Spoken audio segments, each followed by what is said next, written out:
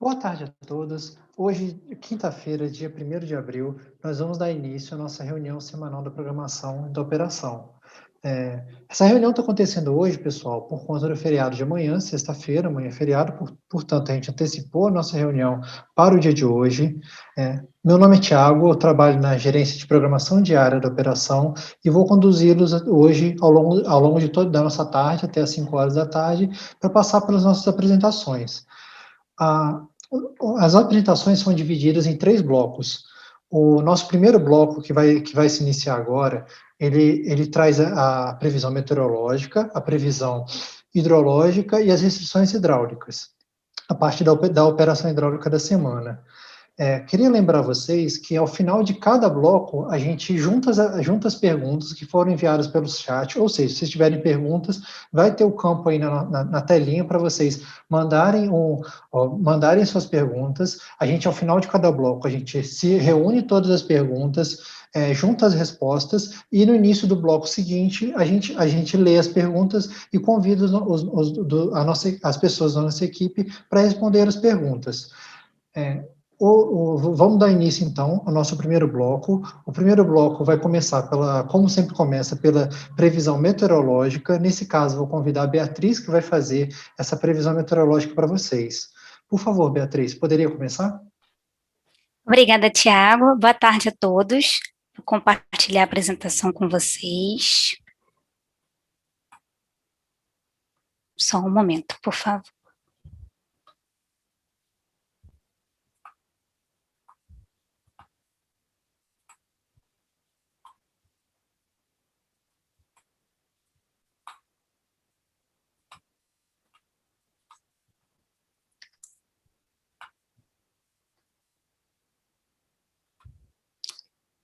Vocês estão conseguindo ver minha tela?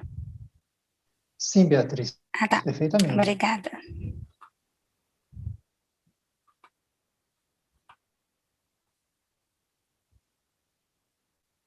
Então, vou começar aqui com a previsão. Primeiro, falando durante essa semana, o que está ocorrendo.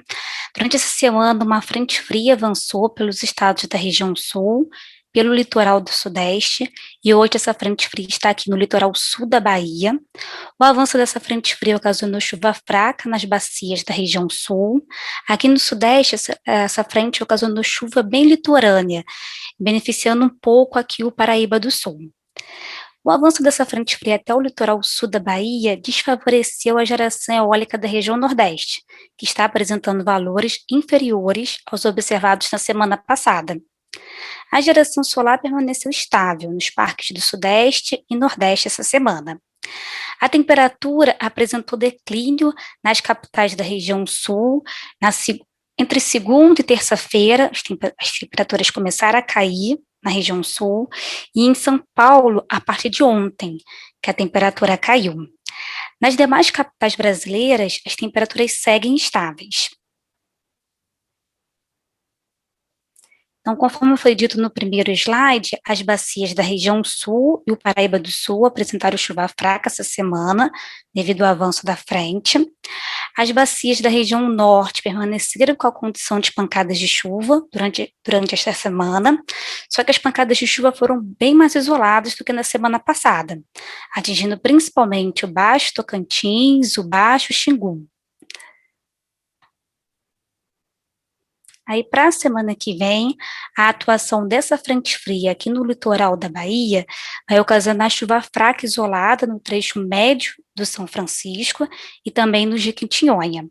A partir da próxima terça-feira, dia 6, áreas de estabilidade vão atuar aqui sobre as regiões sudeste e centro-oeste e vão provocar chuva fraca isolada nas bacias dos rios Grande, do Paraíba do Sul, no Alto São Francisco, no Doce e no Paranaíba. Só que os valores previstos para essas bacias, também para o Tocantins e Xingu permanecem com essa condição de pancadas de chuva na próxima semana. Esses valores previstos para essas bacias e para as bacias das regiões Sudeste e Centro-Oeste, os valores previstos são inferiores à média semanal. E aqui no Madeira também permanece essa condição de pancadas de chuva na semana que vem, e os valores devem variar entre a média e abaixo da média semanal. E as bacias do sul, da região sul, apresentam um período de estiagem na próxima semana. A gente percebe que todos os modelos numéricos, né, utilizados no processo de previsão de vazão indicam essa situação. E aí, em relação às outras variáveis, as temperaturas estarão em elevação em Porto Alegre na semana que vem. Em Curitiba e em todas as capitais do Sudeste, a temperatura estará em declínio por conta da atuação de um sistema de alta pressão aqui no oceano. Esse sistema de alta pressão vai transportar um ar mais fresco aqui do Paraná até aqui o Sudeste. E esse ar mais fresco, né, não vai deixar as temperaturas subirem tanto como ocorreu essa semana. Essa semana as temperaturas ficaram bem elevadas aqui no Sudeste. E para a semana que vem, por conta da atuação desse sistema de alta pressão no oceano, as temperaturas no Sudeste e em Curitiba, né, estarão em declínio. Nas demais capitais brasileiras, as temperaturas seguem estáveis na semana que vem, semelhantes a essa semana. A geração eólica semana que vem estará em elevação, ela deve começar a aumentar a partir de sábado agora, né, e fica mais elevada a semana toda, né? E a geração solar permanece estável, tanto nos parques do Sudeste como as do Nordeste também. Então, são esses os destaques que eu deveria passar para vocês. Obrigada pela atenção. Obrigado, Bia. Muito obrigado pelas atualizações. Agora eu vou convidar a Lilian para apresentar os resultados da previsão hidrológica. Por favor, Lilian. Obrigada, Thiago. Uma boa tarde a todos.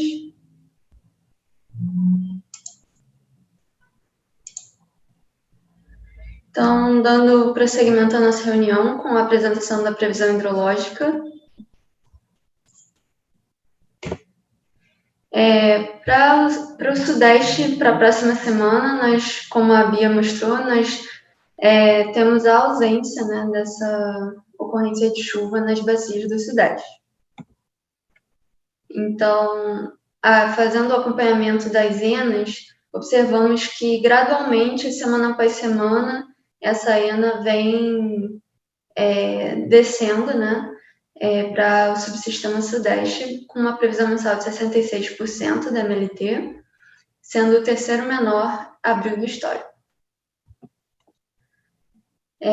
Nisso também podemos observar a bacia do Rio Grande, que possui uma previsão mensal de 41% da MLT, sendo o segundo menor do histórico, de 91 anos. Para a bacia do Paranaíba, nós temos uma previsão mensal de 48% da MLT, sendo o quarto menor abril do histórico. Para a bacia do Paranapanema, nós temos uma previsão mensal de 58% da MLT, representando assim o sexto menor abril do histórico.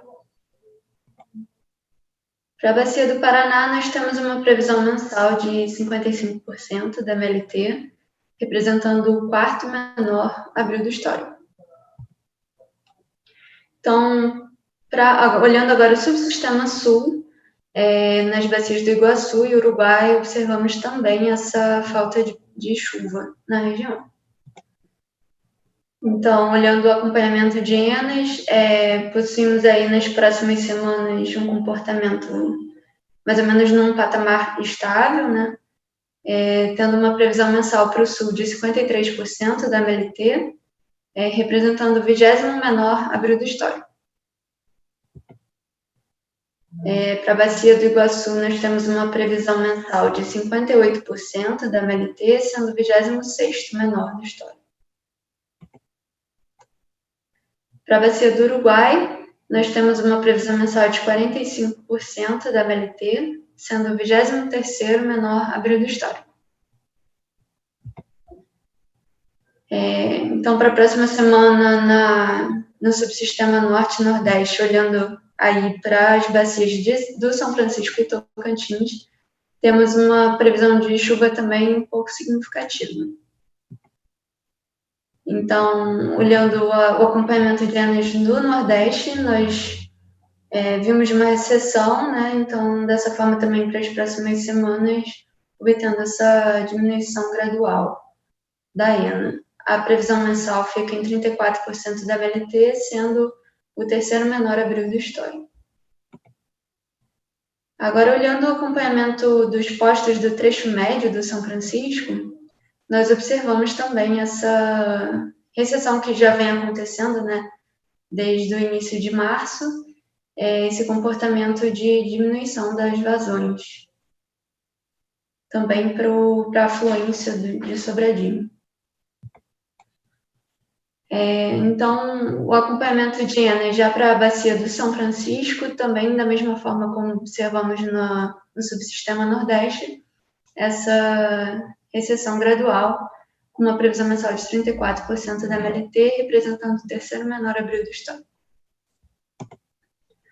Agora, olhando para o subsistema Norte, nós temos uma previsão mensal de 94% da MLT, sendo o 32º menor abril do histórico. A ENA que vinha sendo verificada um pouco acima, né, da média, agora nas próximas semanas tende gradualmente também ir descendo. A bacia do Tocantins, nós temos uma previsão mensal de 76% da MLT, sendo o 20º menor abril do histórico. Olhando agora o panorama geral do SIM, nós temos de forma majoritária as principais bacias alocadas na faixa de abaixo de 80% da MLT, principalmente as bacias do Sul, Sudeste e Nordeste. Na faixa de 80% a 120% da MLT, conseguimos destacar no mapa Cruaúna, a bacia do Madeira e do Xingu.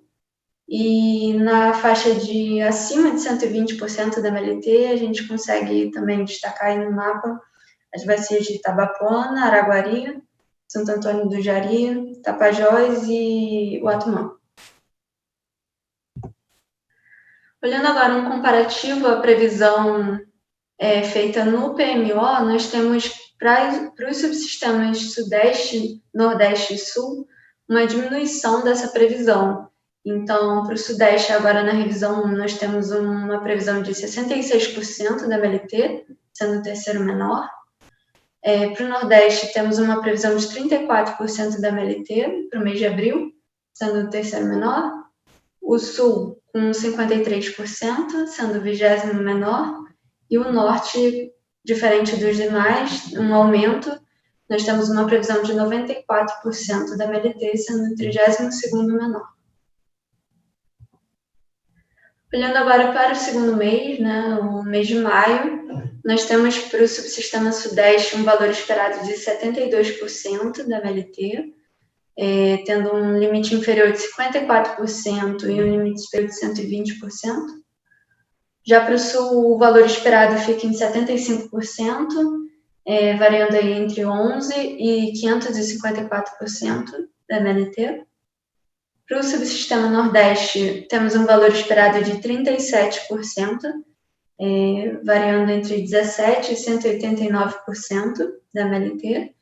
E para o subsistema Norte, temos como valor esperado 97%, com seu limite inferior de 59% e o limite superior de 139%. Observando agora a evolução do armazenamento, pelos subsistemas, observamos desde meados de novembro, dezembro, essa recuperação do armazenamento, o EAR do Norte ficando em 78%, o Nordeste com 68%, o Sul com 62% e o Sudeste com 35%. Observamos uma subida expressiva mais para o subsistema Sul e Norte, enquanto o Sudeste e Nordeste ascendem de forma mais suave. Já olhando agora para os principais aproveitamentos do SIM, temos aí Três Marias com 68% do EAR, Furnas e Itumbiara com 37%, Serra da Mesa com 31%, Emborcação com 19% e Nova Ponte com 16%. Então, agradeço a atenção de todos.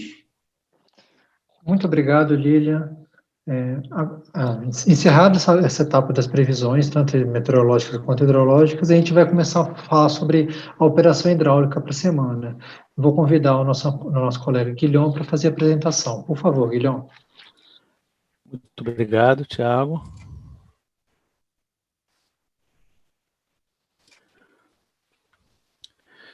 Bom, em termos de operação hidráulica, vamos apresentar aqui os principais aspectos. Aqui são as salas de crise, né, que nós acompanhamos, então são todas essas. Tem 2 salas na bacia do Rio Paraíba do Sul, GAOPS e GTOH.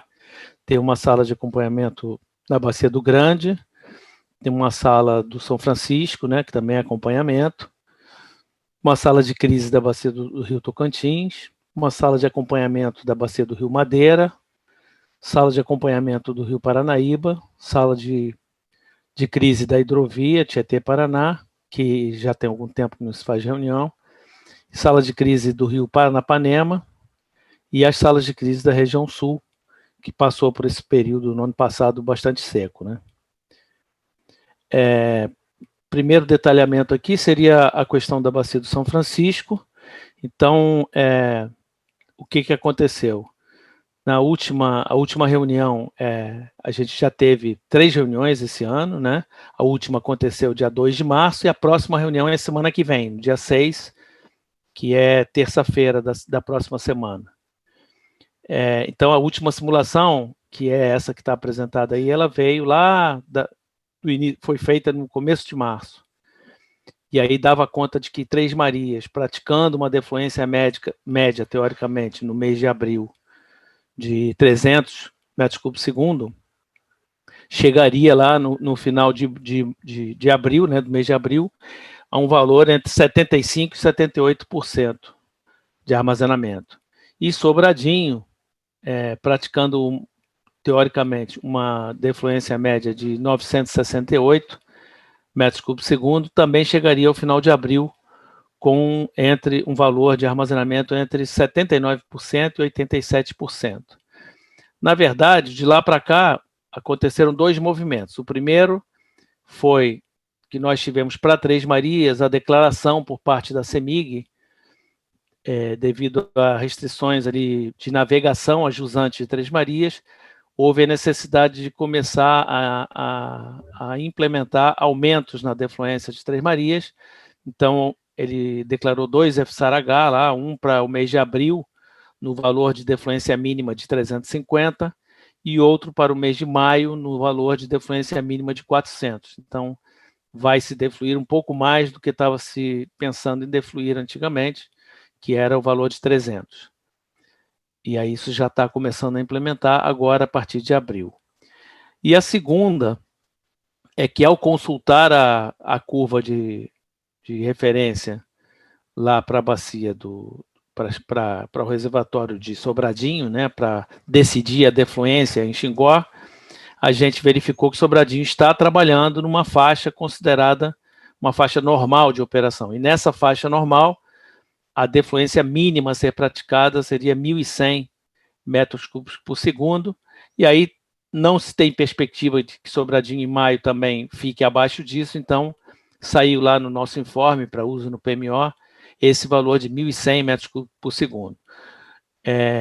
Ainda foram feitas gestões aí pelo INS no sentido de tentar economizar um pouco a água no reservatório de Sobradinho, e aí foi enviada uma carta para a ANA para solicitar, então, que a defluência pudesse ser praticada em abril e maio, 800 metros cúbicos por segundo. Mas a ANA não respondeu. Teve 2 reuniões já com a ANA e os agentes da bacia para tratar desse assunto. Nessas 2 reuniões, o INS expôs a motivação de tentar se economizar um pouco mais de água no reservatório de Sobradinho, mas ainda não houve uma resposta oficial que eu saiba, né, por parte da ANA. Então, por isso que estamos trabalhando aí já com esse valor de 1.100 de defluência mínima para Sobradinho. Na bacia do Rio Tocantins, a última reunião ocorrida foi essa semana, no dia 30, né? há 3 dias atrás, né, praticamente, e a próxima reunião será 27 de abril. As reuniões têm uma periodicidade praticamente mensal, então uma vez por mês, no final do mês, se realiza uma reunião da Bacia do Tocantins. Já tiveram 3 reuniões esse ano aqui de 2021. A novidade aqui para o Tocantins é que, acho que na última sala de crise ainda estava se trabalhando com uma defluência em Serra da Mesa de 300 metros cúbicos por segundo, porque não se tinha autorização ainda da ANA para baixar esse valor para 100, para poder praticar os 100 metros cúbicos por segundo, pelo menos até o final de maio, já que em junho entram as praias do Tocantins e a gente terá que elevar essa vazão para um valor de 300 constante. Aí, de lá para cá, a ANA soltou a resolução 65 de 2021, que autoriza o ONS a operar com uma defluência mínima em Serra da Mesa de 100 metros cúbicos por segundo até o final do mês de maio. Aí, a partir de junho, já começa a elevar esse valor de defluência mínima para se chegar, então, a partir da primeiro dia lá das praias do Tocantins, a praticar um valor que deverá ficar em torno de 300 metros cúbicos por segundo. Aí fez-se uma simulação para essa última sala de crise com um cenário único, né? Utilizou-se um cenário único que seria para os 10 primeiros dias o resultado do modelo SMAP com a combinação dos modelos ETA, GFS e SMWF, e a chuva histórica do SMWF, de onde se trabalhou com o ano de 2007 de chuva aplicado ao modelo SMAP, né?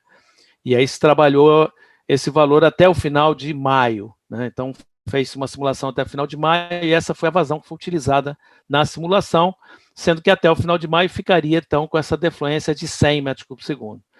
Isso daria, então, ao final de maio, início de junho, um armazenamento em Serra da Mesa de 37,42%, que vem a ser um armazenamento muito próximo ao que foi o armazenamento obtido no ano passado, que estava 37,50%, né? E aí a gente, esse ano, ficou com 37, ficará com 37,42%. Então, claro, qualquer chuva a mais que venha a ocorrer, né, na cabeceira, ali a montante de Serra da Mesa, poderá provocar um aumento maior aí no armazenamento, ou se não tiver muita chuva, né, em relação ao cenário utilizado do ano 2007, poderá se ter um armazenamento um pouquinho menor.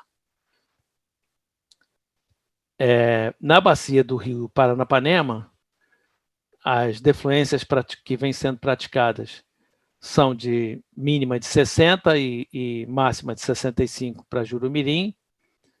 Essas datas vão ser prorrogadas, esses FSARH que foram declarados aqui estão sendo prorrogados, deve ser no dia de hoje, isso deve acontecer. E Chavantes está com uma defluência mínima de 96 e máxima de 110. Capivara está com uma defluência mínima de 276, porém, vem praticando em torno de 350, com uma tendência a aumentar um pouco mais essa defluência. A última reunião da sala do Paranapanema, da sala de crise, foi dia 5 de março, e a próxima será no dia 9, agora a próxima sexta-feira, 9 de abril. A periodicidade está sendo mensal dessas reuniões, já tiveram 3 reuniões aqui em 2021. Nessa última reunião de sala de crise foi apresentada essa simulação que iria até o final deste mês de março somente, e daria conta de um armazenamento em Jurumirim de 32%, em Chavantes de 19% e em Capivara de 59%. A gente observa aí que nem sempre os valores da simulação são os valores que se observam. Então, a gente hoje em Capivara, por exemplo, está com um armazenamento bem mais elevado, está com 5% a mais, está com 64% de armazenamento agora no último dia, no 31 de março. E também Mauá também está com armazenamento mais alto e tal. Então é isso, a simulação às vezes descola um pouco do valor observado, ou pelas afluências não terem se verificado conforme as previsões, ou até por alguma coisa de incremental, né? Que a vazão incremental pode não ter sido a que a gente utilizou. Os cenários utilizados lá se trabalhou com a média da chuva histórica entre 2006 a 2020, todas elas aplicadas ao modelo SMAP-ONS, para complementar a previsão para os 10 primeiros dias, né? Em seguida, a gente apresenta o resultado aqui para as bacias do Sul, da sala de crise lá das bacias do Sul. A última reunião foi 19 de março, já tem alguns dias também. E a próxima reunião vai ser dia 15 de abril. Não vai ser na próxima semana, será na outra. A periodicidade está sendo mensal, é mais ou menos no meio do mês, ou um pouquinho depois, entre a segunda e terceira semana do mês. E já tiveram 3 reuniões aqui em 2021. Em termos de energias naturais afluentes, o Iguaçu estava se verificando aí até o último instante de tempo com 76% da MLT e o Uruguai com 58% da MLT, ou seja, tivemos umas vazões mais elevadas em janeiro, né, que andou chovendo lá na região sul. Isso passou um pouco para o iniciozinho de fevereiro, mas depois da segunda semana, praticamente, de fevereiro para cá, são chuvas muito escassas, né, de um porte muito menor, e aí as vazões também diminuíram bastante, ficaram todas agora, no mês de março, abaixo da média, né, abaixo da média histórica. Em termos de armazenamento, com essas chuvas de janeiro, a gente conseguiu recuperar os armazenamentos aí com a operação feita, né? Recuperamos o armazenamento para a bacia do Iguaçu, que ficou ali em cerca de 80%, e agora diminuiu um pouquinho, mas não muito, está um pouco abaixo dos 80% só. E na bacia do Rio Uruguai, que também se teve uma recuperação ali em torno dos 60% de armazenamento, e a gente vem conseguindo, depois que acabou essa chuva, observem no gráfico superior, que as vazões, né, a energia natural fluente, que reflete exatamente o comportamento das vazões, ela diminuiu, né, e apesar da diminuição da vazão, a gente está conseguindo manter os armazenamentos tanto na bacia do Uruguai quanto na do Iguaçu, aproximadamente invariáveis ou perdendo muito pouco em termos de armazenamento. Então, hoje o Sul se situa com 62% de armazenamento em relação ao valor máximo que tem. Em termos das demais salas de crise, teve a sala de crise da bacia do Rio Grande, teve reunião no dia 31, né, anteontem, e já houveram 3 reuniões em 2021, e a próxima será dia 20 de abril. Então, é praticamente uma periodicidade quase que mensal. A sala de acompanhamento do Paranaíba, a última reunião foi 26 de março, já teve 3 reuniões também em 2021, e a próxima é 30 de abril. Então, também é uma periodicidade mensal. Essas 2 bacias, tanto Grande quanto Paranaíba, vêm sofrendo bastante com a estiagem, né, com a escassez de recursos hídricos, e seus reservatórios se encontram com um armazenamento bem mais baixo. Sala de acompanhamento do Rio Madeira, já houveram 2 reuniões, a última reunião foi dia 3 de março, e a próxima será na semana que vem, no dia 7 de abril, que é uma quarta-feira. Em termos de volume de espera, não houve alteração de volume de espera em relação ao Plano Anual de Prevenção de Cheias, exceto por Boa Esperança, que já teve anteriormente, né, essa revisão, desde o mês de março, que já se fez uma primeira revisão, e agora, para o PMO de abril, também se reviu o mês de abril, né, inteiro, a trajetória toda, e essa revisão está aí no Sintegre, disponibilizada aí para todos os agentes. Então, teve necessidade porque as vazões aumentaram bastante lá, e aí pôde se permitir um valor mais alto de armazenamento. Bom, é isso que eu tinha a apresentar, agradeço a todos a atenção, me coloco aqui à disposição. Tiago, por favor, retorne. Muito obrigado, Guilherme. Muito obrigado pelas atualizações sobre a operação hidráulica. A gente encerra agora o nosso primeiro bloco. Gostaria de lembrá-los de qualquer dúvida, pergunta, sugestão, encaminhar para o nosso chat, que a gente vai reunir ao final de cada bloco, responder no início do bloco seguinte. A gente encerra agora o nosso primeiro bloco. Muito obrigado, pessoal. Boa tarde, pessoal. Vamos começar o nosso segundo bloco de apresentações, mas antes do início, nós vamos passar pelas perguntas. Recebemos 3 perguntas para o nosso primeiro bloco de apresentações. Tem duas dessas perguntas, uma da Mônica Zambelli e a outra da Priscila Novello. A gente vai ter que aguardar um pouquinho para a gente se atualizar. É sobre Jupiá e Porto Primavera. A gente vai aguardar, a gente vai levar para o final para a gente poder ter uma atualização mais precisa para passar essa informação para vocês. Então, eu peço para a Mônica e para a Priscila aguardarem um pouco, que ao final da nossa apresentação, até o final da nossa apresentação, a gente deve trazer alguma atualização. Na sequência, nós temos aqui uma pergunta da Tamires, da Compass Comercializadora. Eu vou pedir, por favor, para o Guilherme responder a pergunta da Tamires. Eu vou lê-la aqui inicialmente. Prezados, boa tarde. Os volumes de espera revisados para o UHE Boa Esperança para o mês de março constam no site, mas para o mês de abril não há documento no Sintegre. O último dado publicado é de 25 de fevereiro de 2021. Agradeço desde já. Por favor, Guilherme. Tá ótimo, obrigado, Thiago.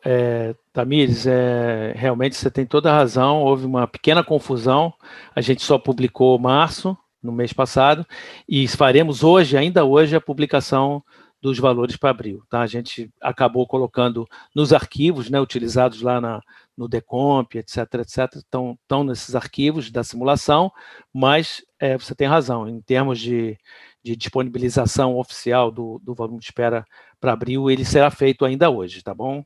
Pedimos desculpa aí pela falha. Muito obrigado, Guilherme. Tem mais uma pergunta sobre previsão de carga, também sobre a previsão de carga. Essa pergunta é do Jackson Graziano, da Máxima Energia. E, Jackson, por favor, a gente vai aguardar as apresentações de carga, elas vão se iniciar nesse segundo bloco.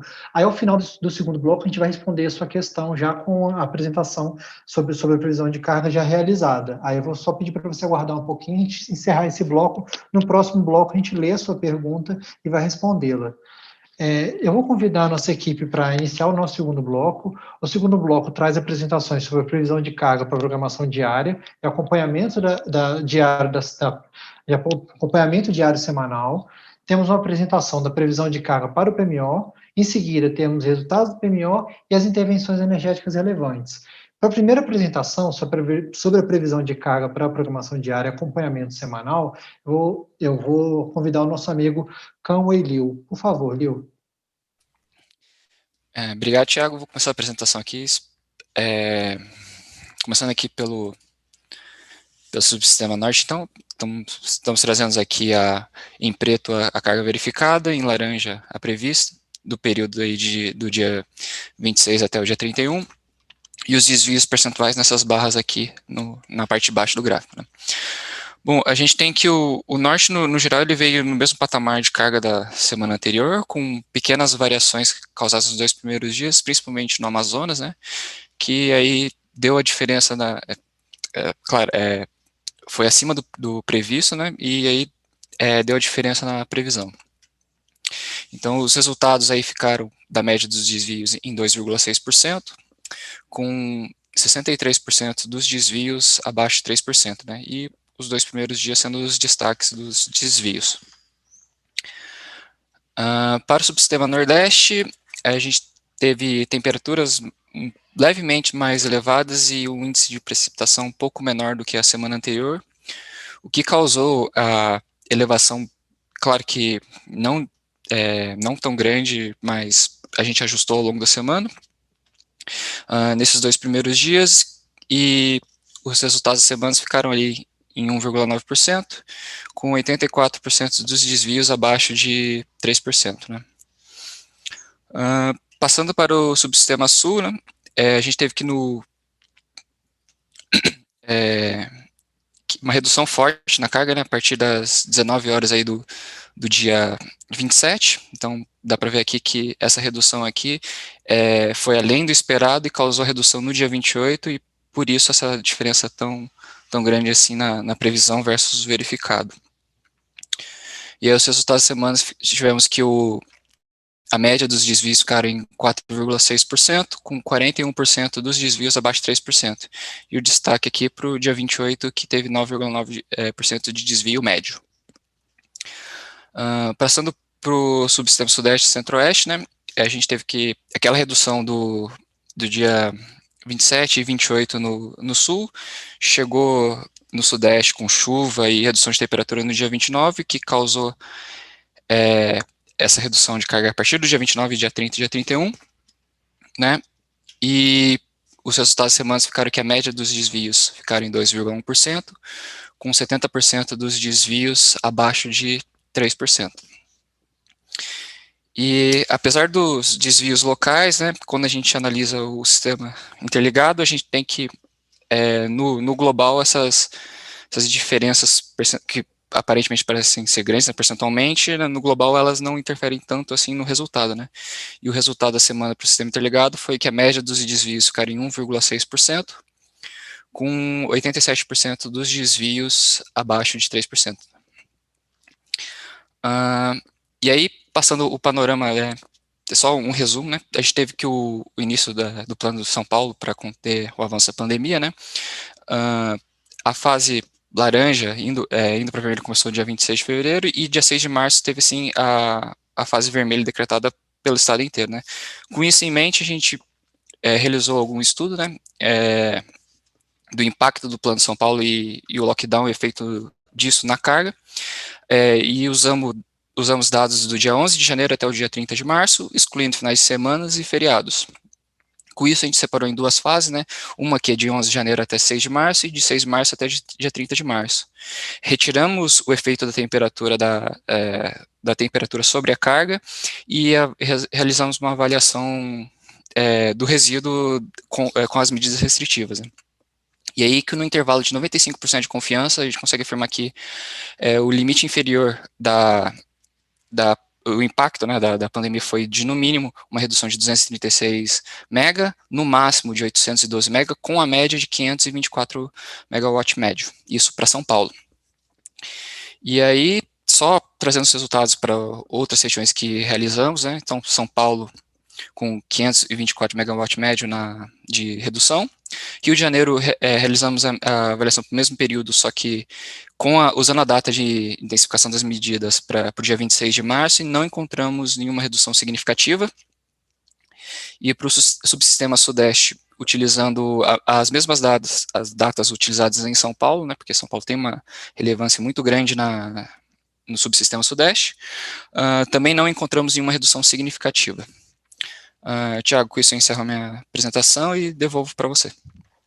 Muito obrigado, Lil.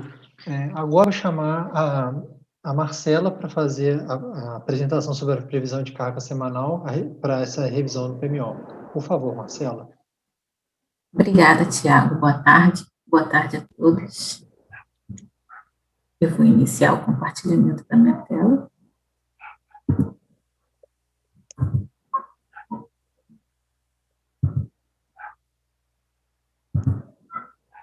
Bem, dando continuidade à reunião, a gente continua falando, né, a respeito de carga, e agora no horizonte semanal, de acordo com o que a gente vem observando ao longo dessa primeira semana operativa do mês, e mais as previsões que foram consolidadas com base na primeira revisão semanal do PMO de abril. Graficamente, nós temos representados aqui por essa barrinha azul o valor previsto inicialmente para o mês, na revisão 0 do PMO. A barrinha mais à direita, mais clarinha, ela se refere à expectativa de fechamento da semana em curso, e as barrinhas verdes para frente, mais para a direita, elas se referem aos valores que foram consolidados com base na primeira revisão semanal do PMO de abril. E finalizando aqui, a barrinha azul, ela nos sinaliza a nova expectativa de fechamento do mês com base nessa semana estimada e mais a revisão para as semanas restantes do mês. Em relação à primeira semana operativa do mês, que é a semana vigente, nós estamos com uma expectativa de fechamento de 1,3% em relação ao valor que foi projetado para essa mesma semana lá no estudo do PMO. É bem verdade que quando foram feitas e realizadas as previsões para essa semana, havia-se uma incerteza muito grande em relação aos impactos relacionados à intensificação das medidas restritivas, né, e a ampliação para um número maior de cidades em relação ao que a gente já vinha observando ao longo das últimas semanas operativas do mês de março.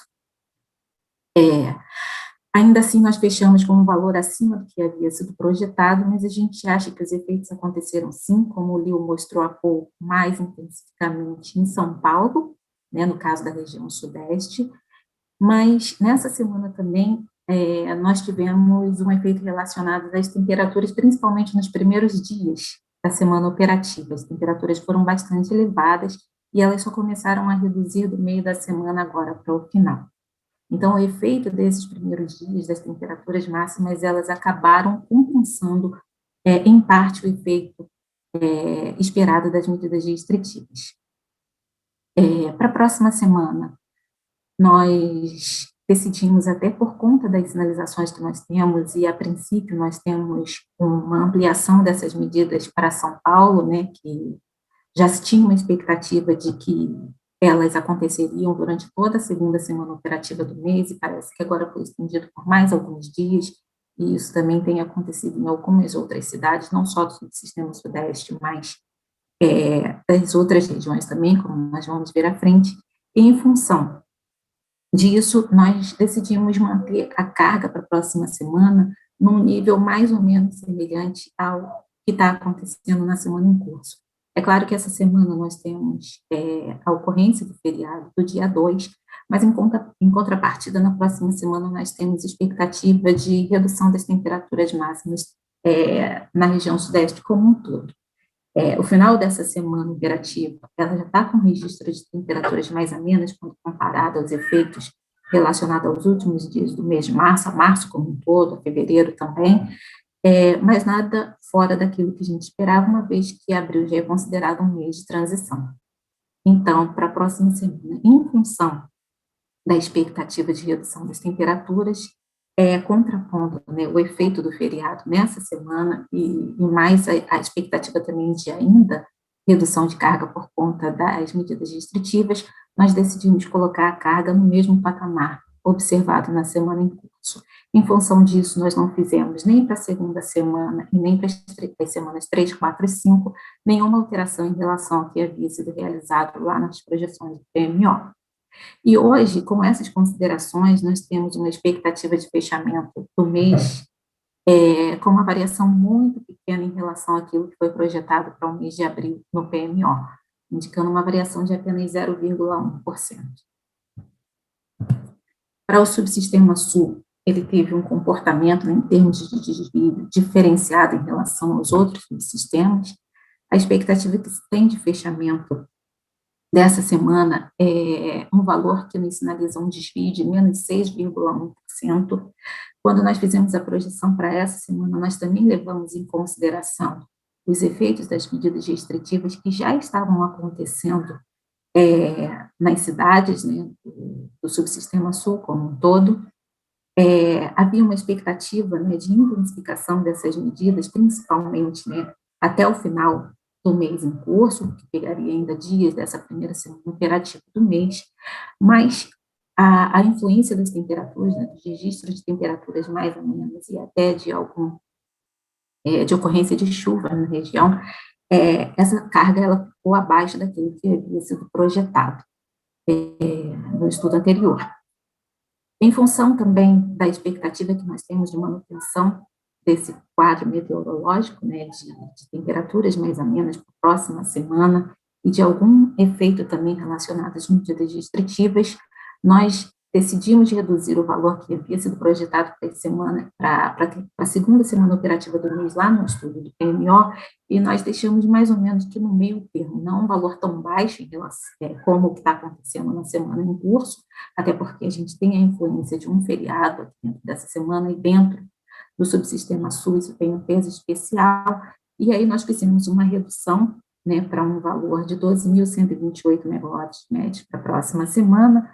Foi uma redução de 3,3% em relação ao que havia sido projetado anteriormente, e com isso, a nossa expectativa de fechamento do mês de abril para o subsistema sul indica hoje para a gente uma variação de menos 1,2% em relação ao que havia sido projetado inicialmente no PMO. O subsistema Nordeste, a expectativa de fechamento, né, da carga na semana em curso nos indica um desvio de 1% em relação ao que havia sido projetado, então está muito dentro daquilo que nós, dentro das nossas premissas, dentro daquilo que a gente considerou não só em relação aos efeitos meteorológicos, mas também aos efeitos relacionados à intensificação das medidas restritivas, e em função disso, do comportamento também dessa semana e mais da expectativa que nós temos, né, para a próxima semana, principalmente em relação a essas medidas, nós decidimos manter os valores que foram previstos inicialmente no PMO e, por isso, essa variação nula em relação à semana 2, né? E com isso, né, em função desse pequeno desvio esperado para a semana em curso e da não revisão dos valores projetados anteriormente para as próximas semanas operativas do mês, a sinalização que nós temos de fechamento do mês de abril, né, com base nessas informações, nessas considerações, é de um valor muito próximo àquele que foi considerado para o PMO de abril, com uma variação praticamente nula, né, de apenas 0,1%. Para o subsistema norte, essa semana nós tivemos um desvio de 2,6% em relação ao que havia sido projetado para essa semana. Esse é um subsistema que vem apresentando poucas variações, né, poucas movimentações na carga em relação às medidas restritivas, mas a gente já comentou isso na apresentação do PMO e vem falando ao longo das apresentações semanais, que os maiores impactos na carga em função dessas medidas restritivas, elas aconteceram de janeiro até fevereiro, quando Manaus estava sob um quadro assim, muito mais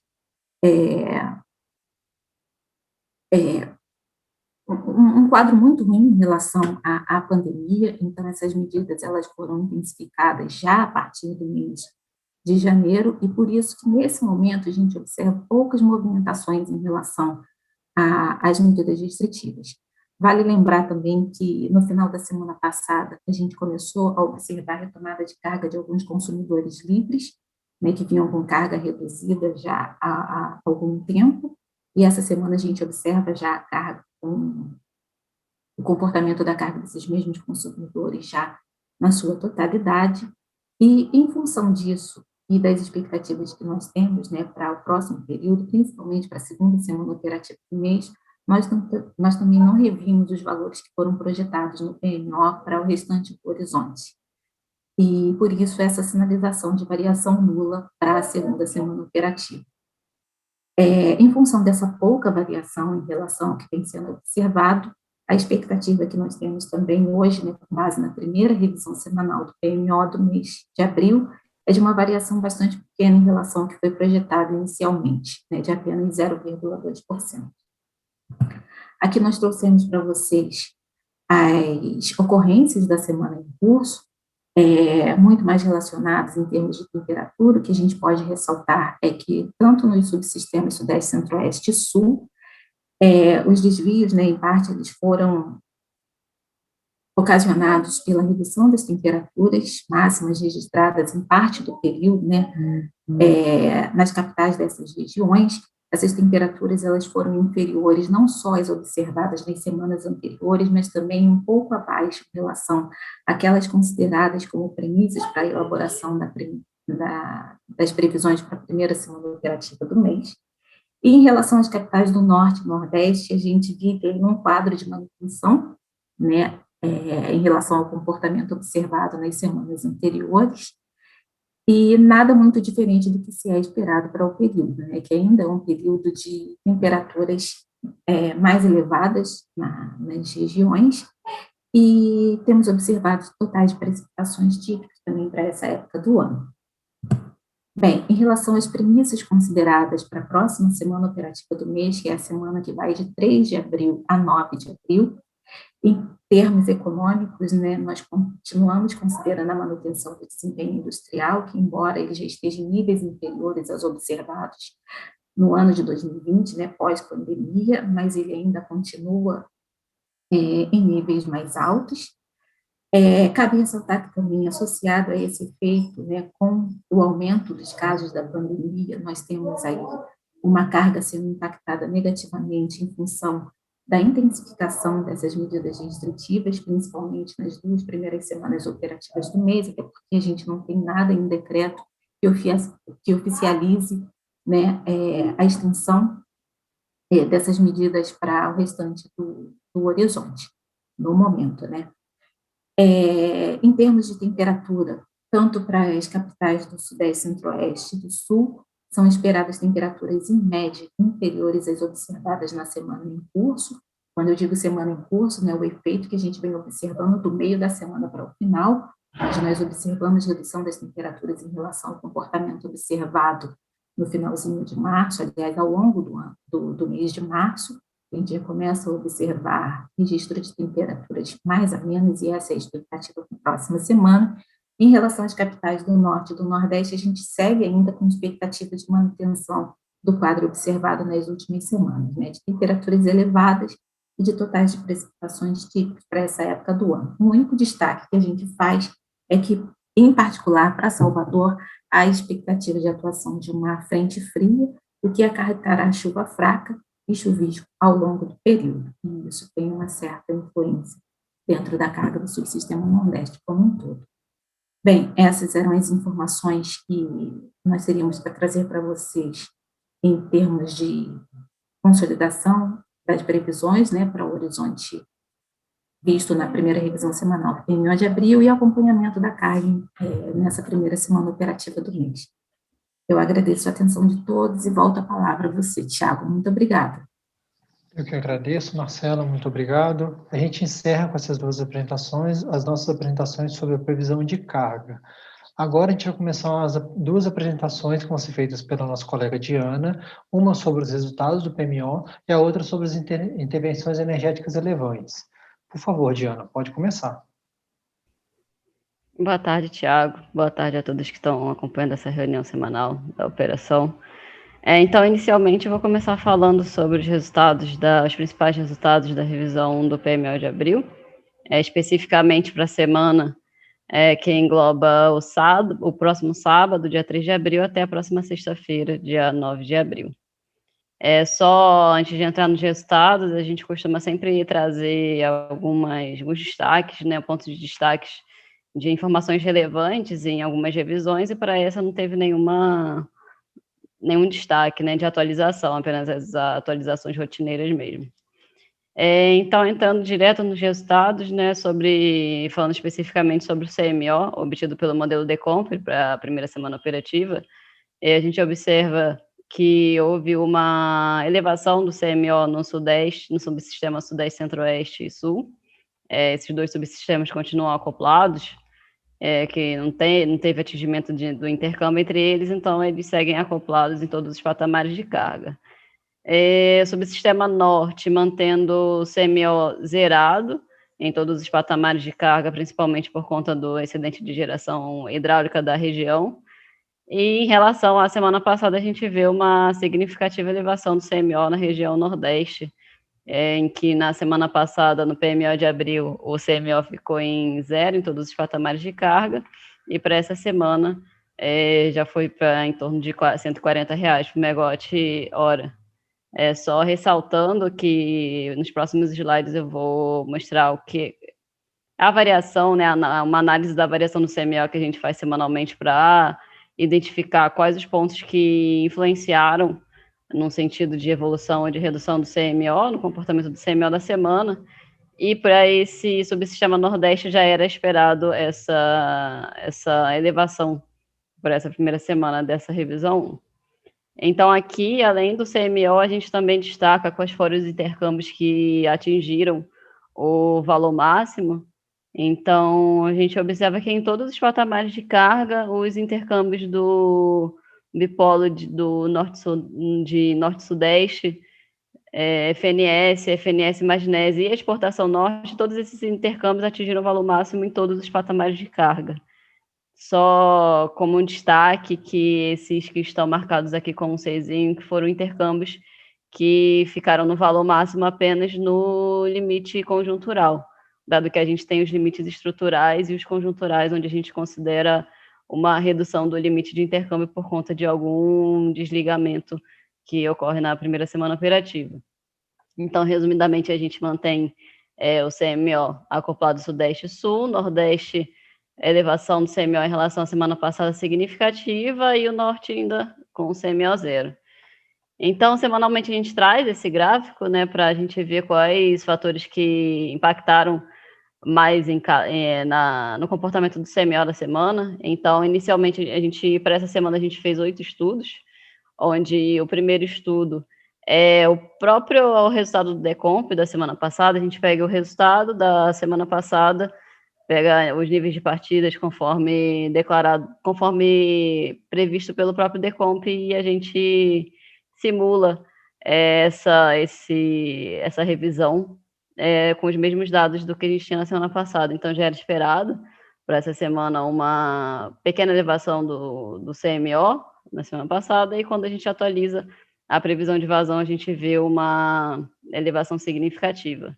Então, depois de atualizar a vazão, a gente atualiza nível de partida, previsão de carga, disponibilidade, limites elétricos e, por último, restrições hidráulicas, e nesse outro seria o resultado final, onde seriam todos os demais fatores que compõem o DEC final. Então, aqui a gente observa que o principal fator que contribuiu para essa elevação do CMO no subsistema Sudeste e Sul foi a atualização da previsão de vazão.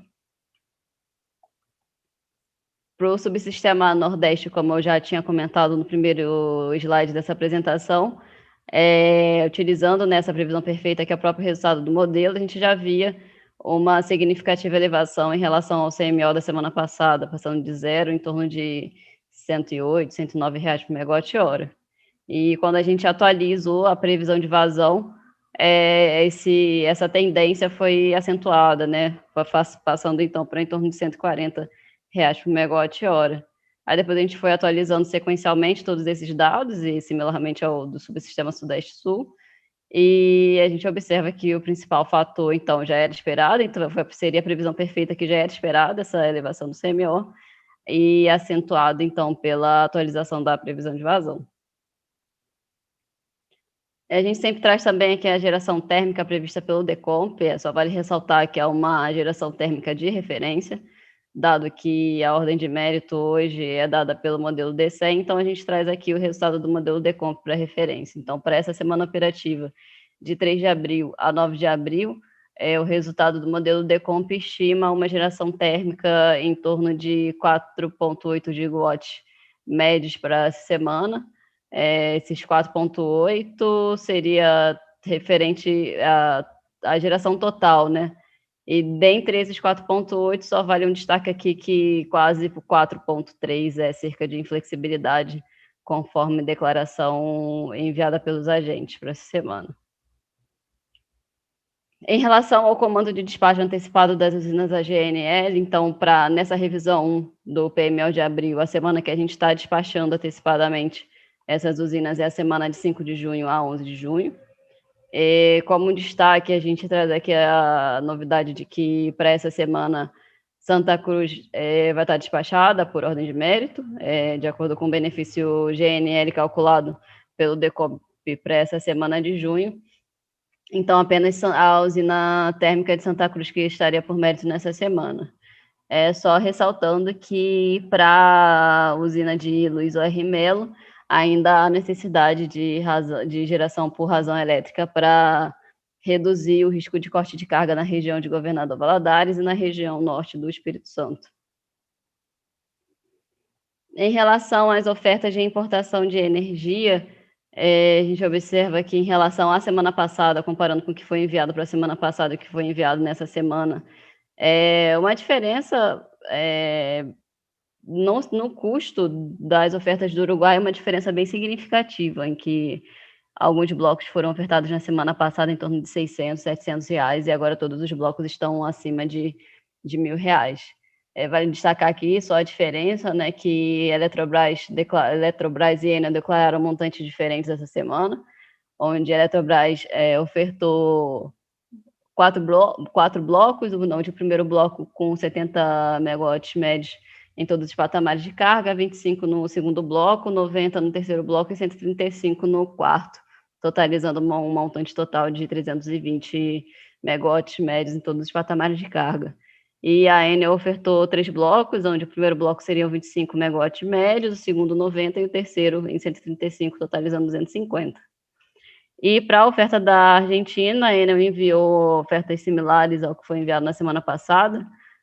O montante total se mantém em 2.200, eles fizeram só uma alteração no montante do segundo e do terceiro bloco, e os valores de cada bloco variando de R$ 638,50 até R$ 1.656,18 por megawatt-hora. Então, olhando agora a energia armazenada, a gente tem um gráfico para cada subsistema, né? A gente destaca aqui só o comportamento, né, do armazenamento para cada região. Então, a gente deixa destacado aqui qual é a energia armazenada inicial, utilizada no Decomp, que foi esses 35,4% da energia armazenada, e seguindo a prospecção do Decomp, a previsão é que o final de abril o subsistema termine em 36% da energia armazenada. Para o segundo mês, que é o segundo mês de maio, a gente tem uma dispersão dos cenários.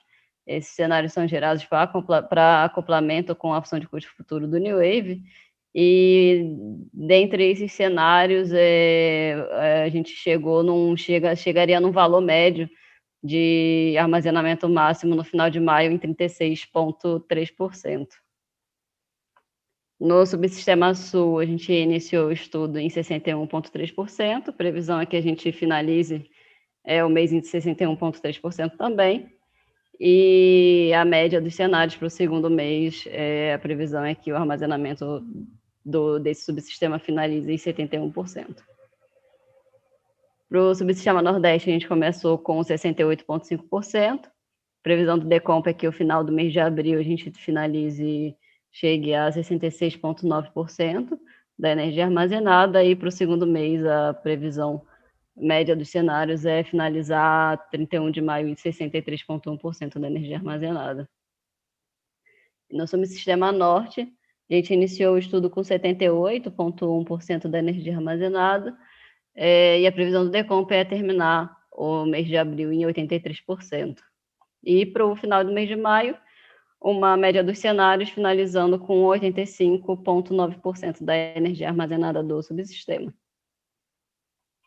Entrando, então, nas intervenções energéticas relevantes, a gente sempre faz uma ressalva em relação ao critério de relevância, que aí a gente traz sempre aqui para essa reunião, intervenções em unidades geradoras que alterem limites sistêmicos ou intervenções em unidades geradoras de grande porte. Então, para essa semana operativa de 3 a 9 de abril, iniciando pelo subsistema Sudeste Centro-Oeste, a gente tem uns destaques aqui para as usinas da AES Brasil, que é a previsão de parada dessas usinas para treinamento dos operadores, onde a usina seria esse treinamento para a usina de Barueri no dia 5 de abril, Barra Bonita no dia 6, Caconde dia 7 e Euclides da Cunha no dia 8 de abril.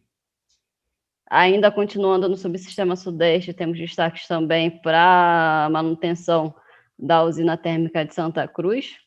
A previsão é de parada da unidade geradora 21 para a inspeção dos combustores, e essa parada está programada de 3 de abril até 1º de maio. A unidade geradora 4 da usina Luiz Carlos Barreto tem uma manutenção uma manutenção preventiva programada do dia 5 de abril até o dia 4 de maio. A unidade geradora 9 de Marimbondo, com manutenção preventiva no dia 6 de abril, e a unidade geradora 18A, que é do setor de 60 Hz de Itaipu, com uma manutenção preventiva programada para o período de 5 de abril até 16 de abril. Ainda no subsistema Centro-Oeste, ainda temos os destaques da térmica Luiz O.R. Melo, uma parada da usina programada para manutenção no sistema de suprimento de gás, que está programada para o dia 4 de abril, Unidade geradora 6 da usina hidrelétrica Jupiá para manutenção corretiva no Mancal combinado, que está programada do dia 4 ao dia 7 de abril.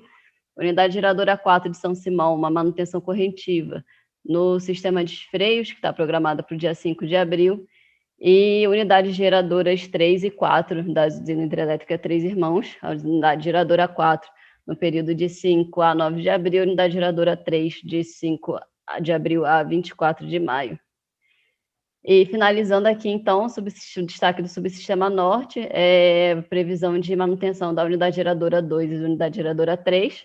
As duas manutenções são corretivas e estão programadas para o dia 3 e dia 4 de abril, respectivamente. Para o subsistema sul, a gente não tem intervenção energética relevante para essa semana.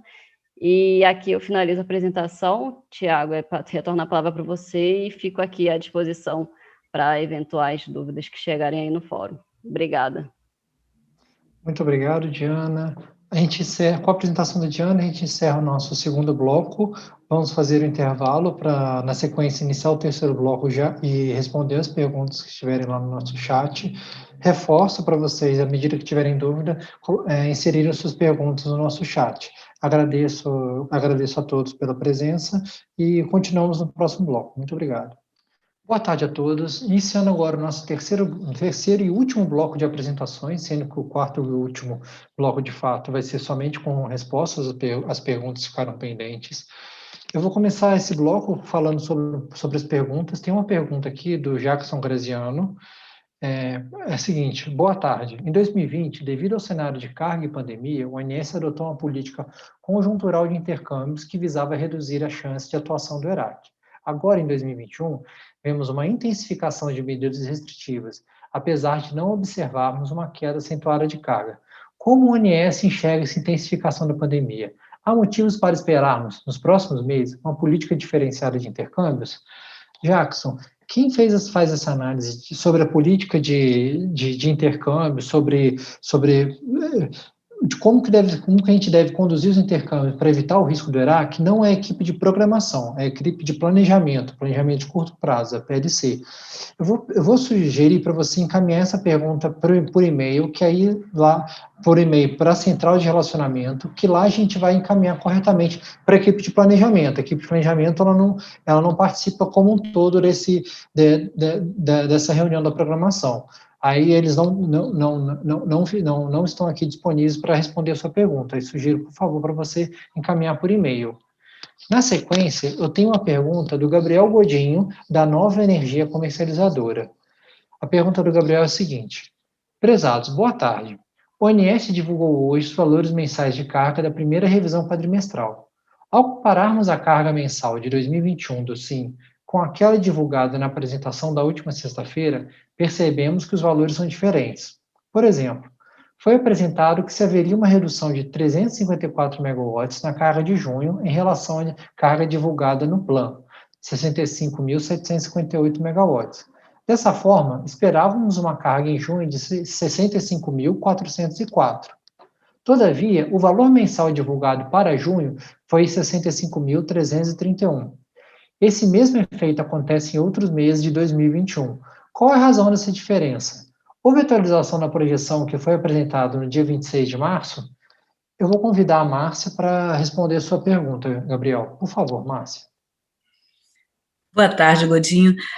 Na realidade, o valor anual, né, eles foram totalmente mantidos, não foi feita nenhuma alteração, tá, nas projeções. Esse problema foi na sazonalização. Na realidade, esse gráfico ele vai ser atualizado agora, né, porque houve ali nos primeiros meses, né, a gente estava usando durante as discussões um valor muito ainda preliminar. E aí agora a gente colocou os valores, né, que foram utilizados, inclusive na apresentação do PMO, né, que eram valores muito mais atualizados. E com isso houve uma ressazonalização durante o ano de 2021. Então, esses valores, os valores anuais, o montante anual de redução, os valores anuais de previsão foram totalmente mantidos, desde 2021 até 2025, tá? Agora, o valor aberto sazonalmente, a gente fez ajustes nas sazonalidades, né? E em 2021 houve essa alteração. Quando nós fizemos esse gráfico, a gente ainda estava com os valores antigos ali da discussão e tal, e aí quando a gente completou com os valores verificados efetivamente, aqueles que a gente estava utilizando, os mais recentes, acabou ali na discussão, teve essa atualização, sim, nessa sazonalização, você tem razão, tá? Esse gráfico já devia ter sido atualizado lá no site, a gente já está, hoje ele já deve estar modificado lá, tá? Muito obrigada pela sua observação.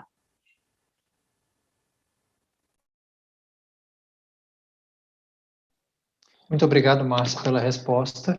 Agora, eu queria trazer um recado para vocês sobre a pergunta da Tamires. A Tamires perguntou sobre os arquivos de volume de espera disponibilizados no Sintegre. Tamires, os arquivos já foram corrigidos, a correção já está disponível lá no Sintegre. Pode baixar essa correção dos volumes de espera. Na sequência, eu tenho aqui uma outra pergunta da Mônica Zambelli. A Mônica Zambelli quer saber sobre o despacho de térmico por garantia energética, qual a expectativa de decisão do CMSE e tal, e também fez uma pergunta sobre o impacto do cálculo da bandeira tarifária.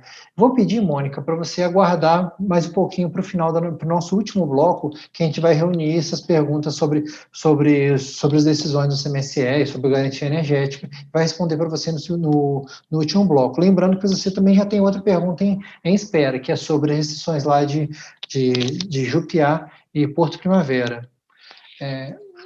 Acho que finalizada a questão das perguntas para esse bloco, as respostas das perguntas para esse bloco, eu vou pedir para iniciar aqui o nosso último bloco de apresentações. A primeira apresentação vai ser feita sobre o Paulo. O Paulo vai apresentar sobre os limites elétricos e as intervenções elétricas. Por favor, Paulo.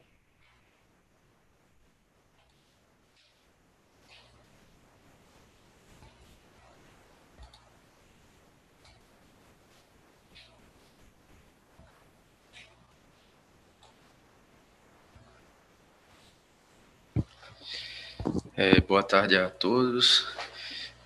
Meu nome é Paulo e vou apresentar o que Tiago comentou, né, a respeito dos limites elétricos com impacto na programação e principais intervenções com restrições eletroenergéticas para essa semana operativa.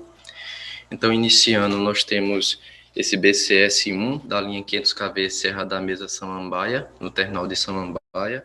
Essa intervenção ela já vem sendo apresentada ao longo de algumas semanas, por ela ter iniciado em novembro do ano passado, com previsão de encerramento no dia 30 de abril, com o objetivo de manutenção corretiva após a explosão desse banco capacitor série.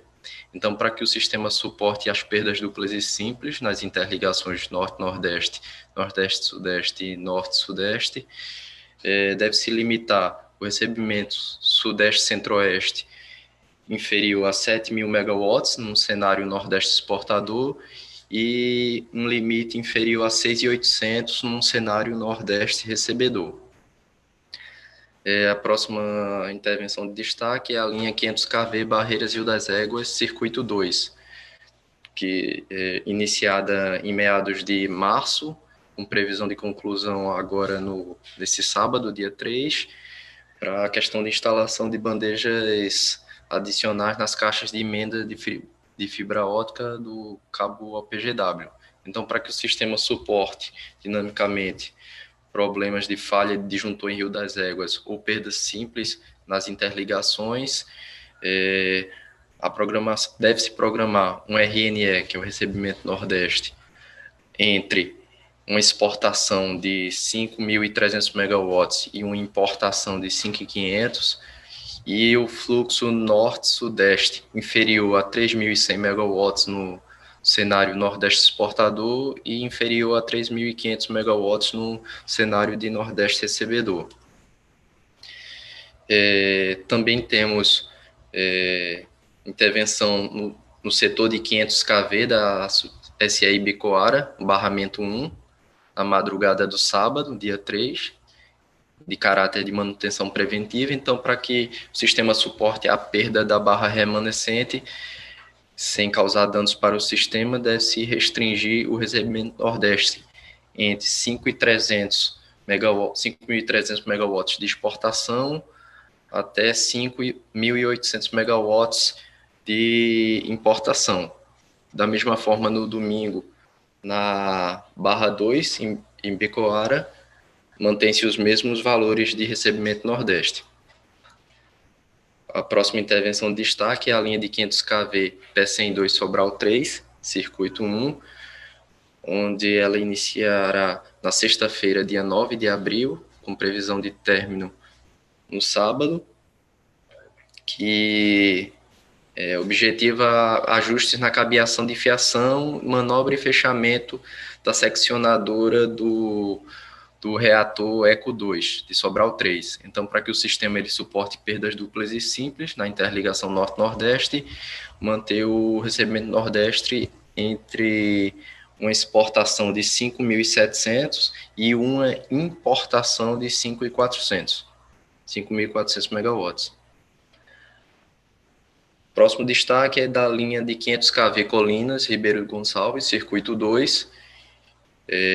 Essa intervenção ela já iniciou no dia 28 de março, com previsão de término no dia 2 de abril, com um intuito de manutenção preventiva e corretiva em disjuntores, seccionadoras, reatores e proteções dessa linha. Então, para que o sistema também suporte dinamicamente contingência simples nas interligações Norte-Nordeste e Sudeste-Nordeste, adotar um RNE entre uma exportação de 5.800 megawatts e uma importação de 5.600 megawatts e uma exportação norte inferior, limitado até 5.500 megawatts. Agora, na área São Paulo, nós temos de destaque a linha de 440 kV de Ilha Solteira Água Vermelha, iniciando no dia 2, sexta-feira, até a segunda-feira, dia 5, com o intuito de substituição de TC no disjuntor 8 lá da usina de Água Vermelha. Então, para garantir a segurança do sistema, em caso de contingências na malha de 440 kV, adotar as seguintes restrições: a geração em Ilha Solteira inferior a 2.800 megawatts, o somatório da geração em Três Irmãos e Jupiá 440 kV inferior a 1.200 megawatts, o somatório da geração de Porto Primavera, Taquarussu e Capivara inferior a 2.200 megawatts. Indo para a área lá do LCC, de Foz do Iguaçu 50 Hz, nós temos essa linha de 600 kV CC, Foz do Iguaçu 50 Hz e Biúna, que ocorrerá no domingo, dia 4, com o intuito de substituição de esferas de sinalização no cabo para-raio, do vão da torre 0384. Então, durante esse desligamento e considerando o atual cenário energético, para evitar qualquer problema nas contingências que foram analisadas, limitar o LCC a valores inferiores a 3.000 megawatts. Também nós temos nessa região as linhas LT1, LT2, LT3 e LT4 de Itaipu 50 Hz, Foz do Iguaçu 50 Hz, iniciando na segunda-feira, indo até a quinta-feira, dia 8, um intuito lá de reconexões de cabos para instalação do novo registrador de perturbações. Então, para que na perda de mais um circuito 500 kV da Itaipu, margem direita, os remanescentes não entrem em sobrecarga, deve-se limitar a geração de Itaipu 50 Hz, do lado de 50 Hz, inferior a 6.600 megawatts.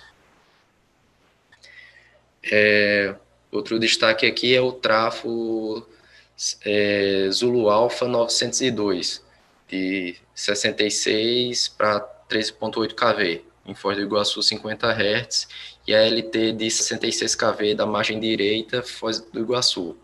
Elas vão ocorrer na sexta-feira, dia 9, com a intenção de sanar a pendência de retrofit do cubículo de 13.8 kV e realizar substituições de TPs. Então, durante esse desligamento e considerando o cenário, como já foi mencionado na intervenção anterior, manter o elo CC lá inferior a 3.300 megawatts. E finalizando, na área sul, nós temos essa questão da geração térmica por razões elétricas na térmica Jorge Lacerda. Isso é de praxe, toda apresentação a gente traz essa intervenção, com o intuito de realizar um despacho mínimo nesse complexo para evitar corte de carga em caso de contingências simples ou indisponibilidade dos equipamentos que vocês podem observar aqui, e que já é apresentado praticamente todas as reuniões semanais, com uma geração mínima para Jorge Lacerda de 295 megawatts. Então, com isso eu finalizo minha apresentação, agradeço a todos, estou disponível para quaisquer questionamentos e passo a palavra para Tiago. Obrigado. Muito obrigado, Paulo. Agora, dando sequência, nós vamos começar a apresentação da programação diária, que vai detalhar a política operativa, apresentando como foi a semana anterior e perspectivas. Quem vai fazer a apresentação da programação diária vai ser o Bruno Salem. Por favor, Bruno.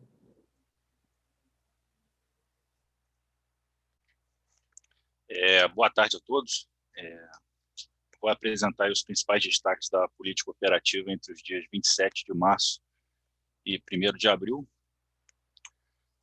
Primeiramente, nós temos esse informe de erro 004 de 2021, que estava considerando aí no modelo D100 os equivalentes 4, 5 e 6 da UTE Mauá, um TEON de 48 horas, quando, na verdade, deveria ser de apenas 4 horas.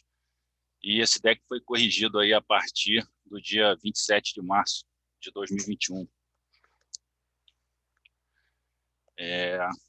Nesse gráfico, nós vemos aí as principais diferenças entre os modelos D100 e DCOMP para geração termoelétrica, né? As principais diferenças aí se explicam em função de diferenças de mérito, unit commitment e inflexibilidade. Em relação aí às diferenças de despacho entre os modelos PDP e D100 para geração hidráulica, subsistema sul, essa geração é menor aí no modelo PDP, em função aí da diretriz eletroenergética da semana operativa, ajustes de unit commitment hidráulico e fechamento de balanço do SIM. Em relação à geração térmica, a geração a maior aí no subsistema sudeste, para o modelo PDP, são em função de atendimento de unit commitment térmico e despacho térmico por garantia energética, aí também segundo as diretrizes do CMSE.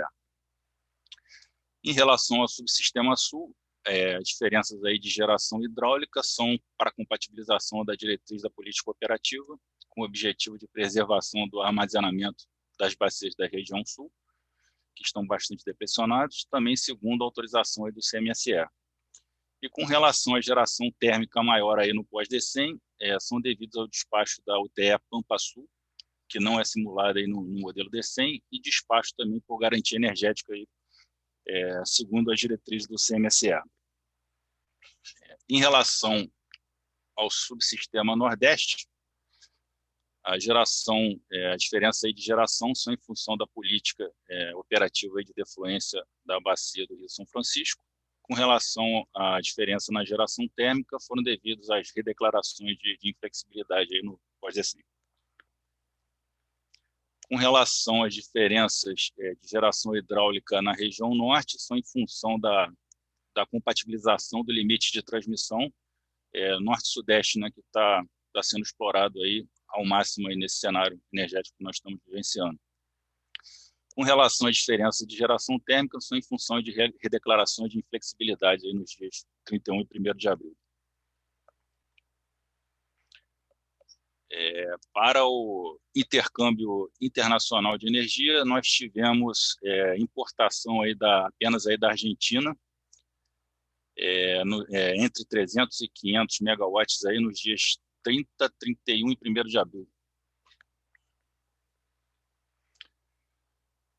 Com relação ao balanço energético aí da semana operativa, nós temos aí uma carga média de 71.492 megawatts, uma carga aí em torno de 700 mega inferior à semana anterior, Aí cabe destacar aí que essa semana a gente não considera aí a sexta-feira por conta do feriado aí da sexta-feira, né? O cenário energético atual é o norte elevado exportador de energia e os demais submercados nordeste, sudeste, centro-oeste e sul importadores de energia.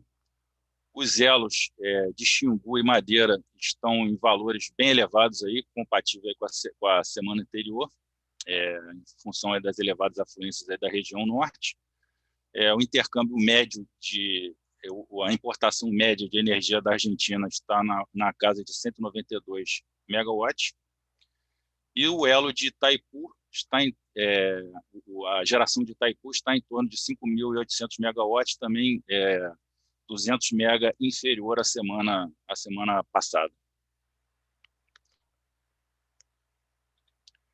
Com relação ao balanço energético da semana operativa, nós temos aí para o sistema Sudeste, Centro-Oeste e Sul, fica claro aí que eles estão como importadores de energia e o principal recurso aí para a modulação dessa carga é a geração hidráulica, né? A geração hidráulica é levada aí para atender os patamares de carga pesada e média aí do sistema. Em relação à região Nordeste, em função aí da redução considerável de geração eólica, também passa a ser um sistema importador de energia ao longo de toda a semana operativa, enquanto que o Norte aí é elevado exportador de energia, aí, tá? Durante toda a semana operativa. Aí. Com relação à titulação da geração térmica aí na semana operativa, em primeiro lugar, 47% da geração térmica foi devido a despacho por garantia energética. Em segundo lugar, 40% de térmica foi devido à ordem de mérito, né? Em terceiro lugar, 9% geração térmica devido à inflexibilidade. Em seguida, 2% associada à ordem de mérito no subsistema Sudeste, Sul e Nordeste. E, por último, os despachos por razão elétrica de Linhares, para atendimento da região do Espírito Santo. No Sudeste, teve um despacho em Seropédica para atendimento, uma intervenção aí que controlava o carregamento na transformação de Nova Iguaçu. Tivemos também, 28 de março, um despacho em Termo Nordeste, em função do desligamento da linha Goianinha-Campina Grande, e também um despacho em Maracanaú, em função de intervenção na linha Fortaleza 2, 230 kV. Por fim, no subsistema Sul, tivemos um despacho aí de Jorge Lacerda para atendimento elétrico ao estado de Santa Catarina. Em relação ao semi-op subsistema, as diferenças entre DC e Decomp ficaram bem próximas. A gente observa uma pequena diferença aqui no dia 31 de março, aí, que foi em função do limite da linha Imperatriz P. Dutra, aí, que foi atingido aí nessa data, aí, no iníciozinho do dia.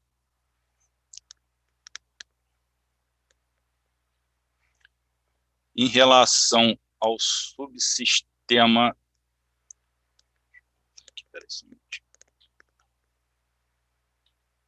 em relação ao subsistema Nordeste, nós tivemos uma CMO um pouco mais elevada aí no modelo D100, com um pico de CMO aí também no iniciozinho do dia 31, em função aí também do limite da linha Imperatriz P. Dutra, ali, que controladora do fluxo norte-sudeste, né? Da mesma maneira, ali para o subsistema norte, nós tivemos aí no dia 31 de março um pico de CMO, também pelo mesmo motivo ali, a limitação da linha Imperatriz P. Dutra, controladora aí do fluxo norte-sudeste. E também, no finalzinho do dia 1º, uma elevação de CMO em função aí do limite do fluxo Manaus.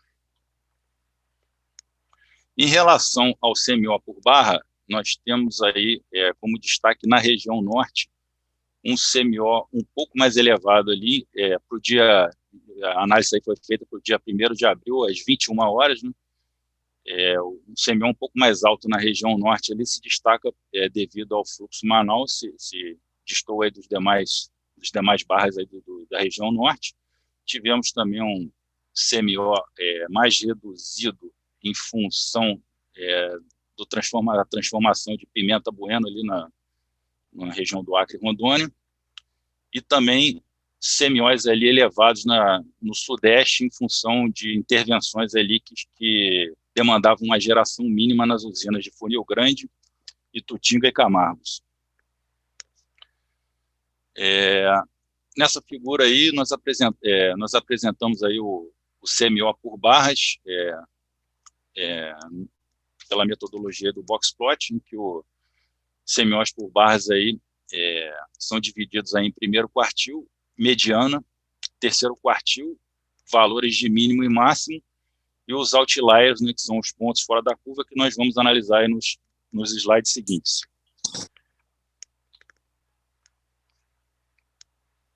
Para o sistema Sudeste Centro-Oeste, conforme falamos anteriormente ali, temos um CMO mais elevado na região de Itutinga, Camargos e Funil Grande, em função aí de intervenções aí que demandavam uma geração mínima nessas usinas. Tivemos também uma limitação de instrução de operação para uma inequação que controla o fluxo na linha 230 kV Barra do Peixe, e também CMOs mais reduzidos em função da limitação da linha em 500 kV Itacaí nos Colinas. Tivemos CMOs reduzidos também no transformação de pimenta bueno 230 a 138 kV, e CMOs nulos ali em função de intervenções ali que impediam a geração das usinas de Ourinhos e Sá Carvalho. Com relação ao subsistema Sul, os CMOs mais elevados aí são em função aí do complexo Jorge Lacerda, para atendimento ali do mínimo elétrico, garantia de suprimento de energia para a região de Santa Catarina. Para o subsistema Nordeste, nós temos CMOs aí mais elevados no início do dia, em função do esgotamento aí da Imperatriz Pedutra, controladora do FNS. Tivemos CMOs elevados aí ao longo do dia também, em função do esgotamento da capacidade da linha Itacaí nos Colinas. Tivemos tanto CMOs elevados quanto reduzidos aí em função da violação do limite térmico da Itacaí nos Colinas. Com relação ao subsistema Norte, também tivemos CMOs mais elevados aí, também em função do limite da linha Itacaí nos Colinas. E no finalzinho do dia tivemos CMOs bem elevados aí, em função do esgotamento do fluxo Manaus.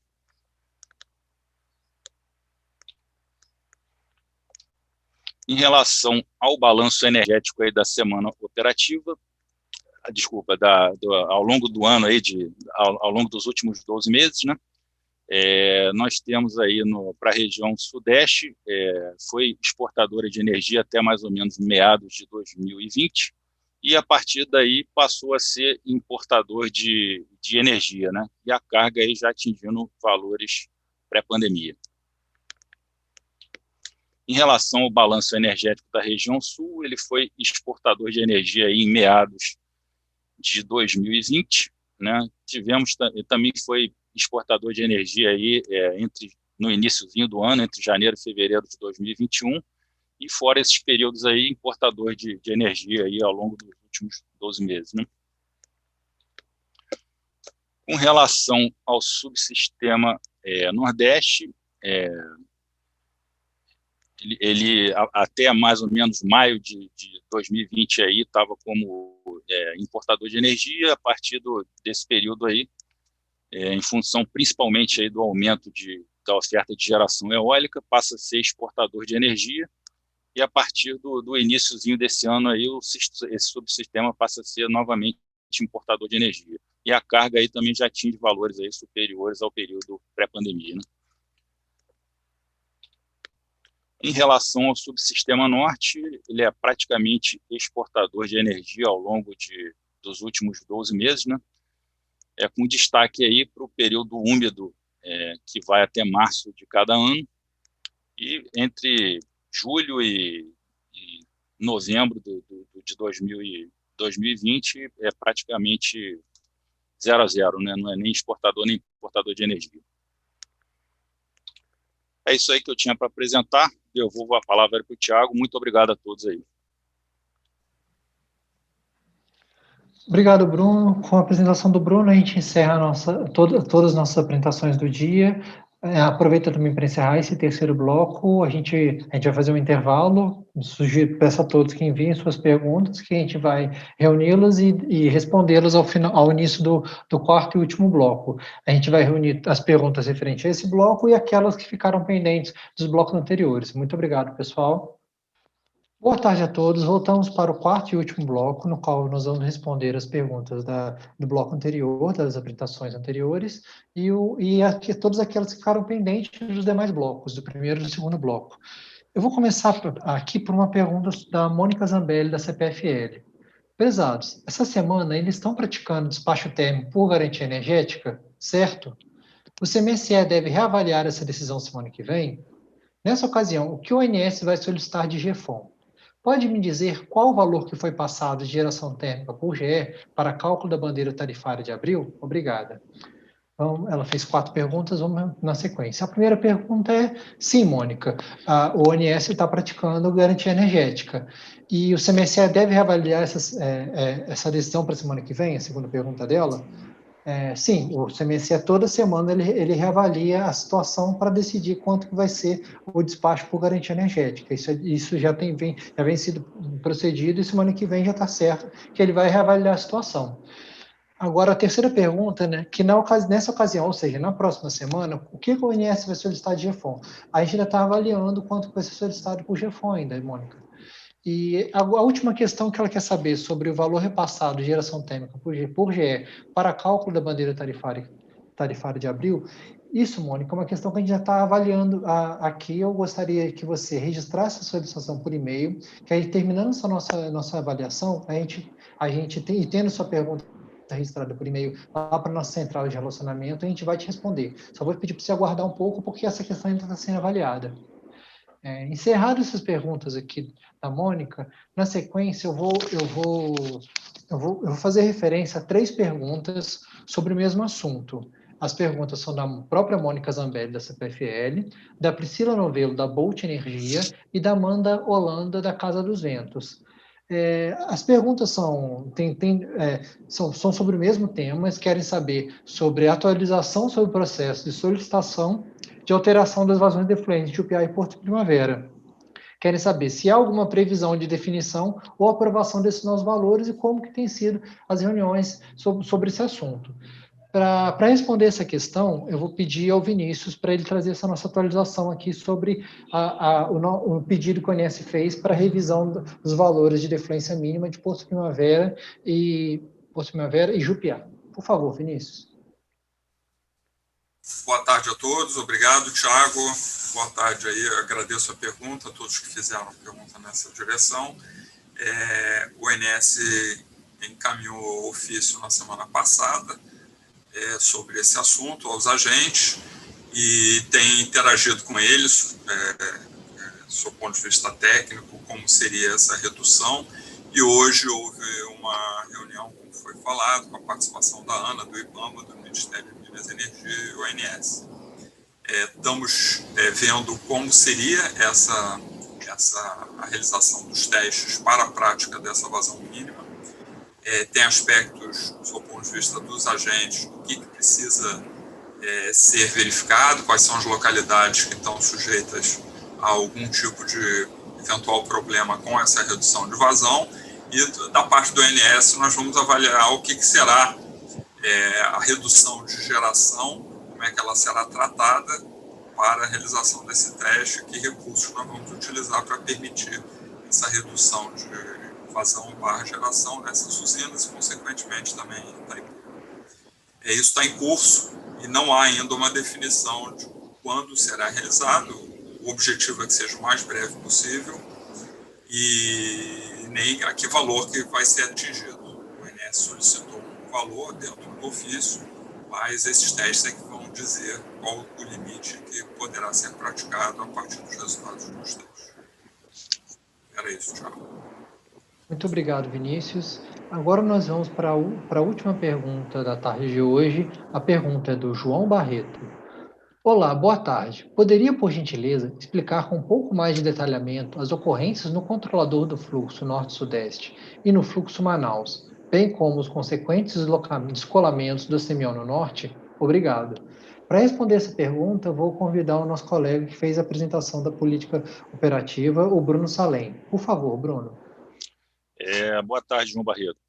Então, com relação ao sistema Manaus, esse aí tem uma inequação do fluxo Manaus que deve ser respeitada entre mais ou menos 50 megawatts. E conforme aí na apresentação, no iniciozinho, no final do dia, a carga da região Manaus é mais elevada.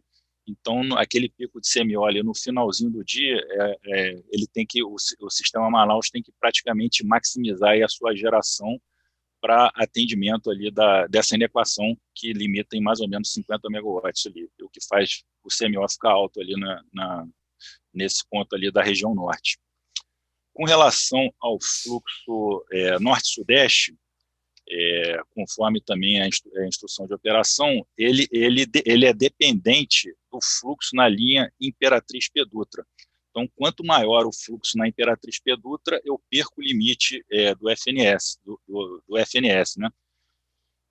Então, pelo modelo aí de otimização do DECEM, ele tenta reduzir o carregamento dessa linha para ganhar limite na norte-sudeste, o que faz também com que o CMO na região norte dê esse pico aí que foi mostrado aí na apresentação. É isso aí. Muito obrigado, Bruno. A gente encerra aqui todas as respostas às perguntas que foram inseridas no nosso chat ao longo das apresentações. Eu gostaria de agradecer a participação de todos, de todos que se envolveram aqui da equipe do ONS para preparar essas apresentações, para responder. Agradecer aos nossos espectadores, aos nossos ouvintes que enviaram as perguntas e que participaram dessas apresentações. Queria desejar a todos um bom final de semana e uma feliz Páscoa. Muito obrigado, pessoal, e nos vemos na próxima semana.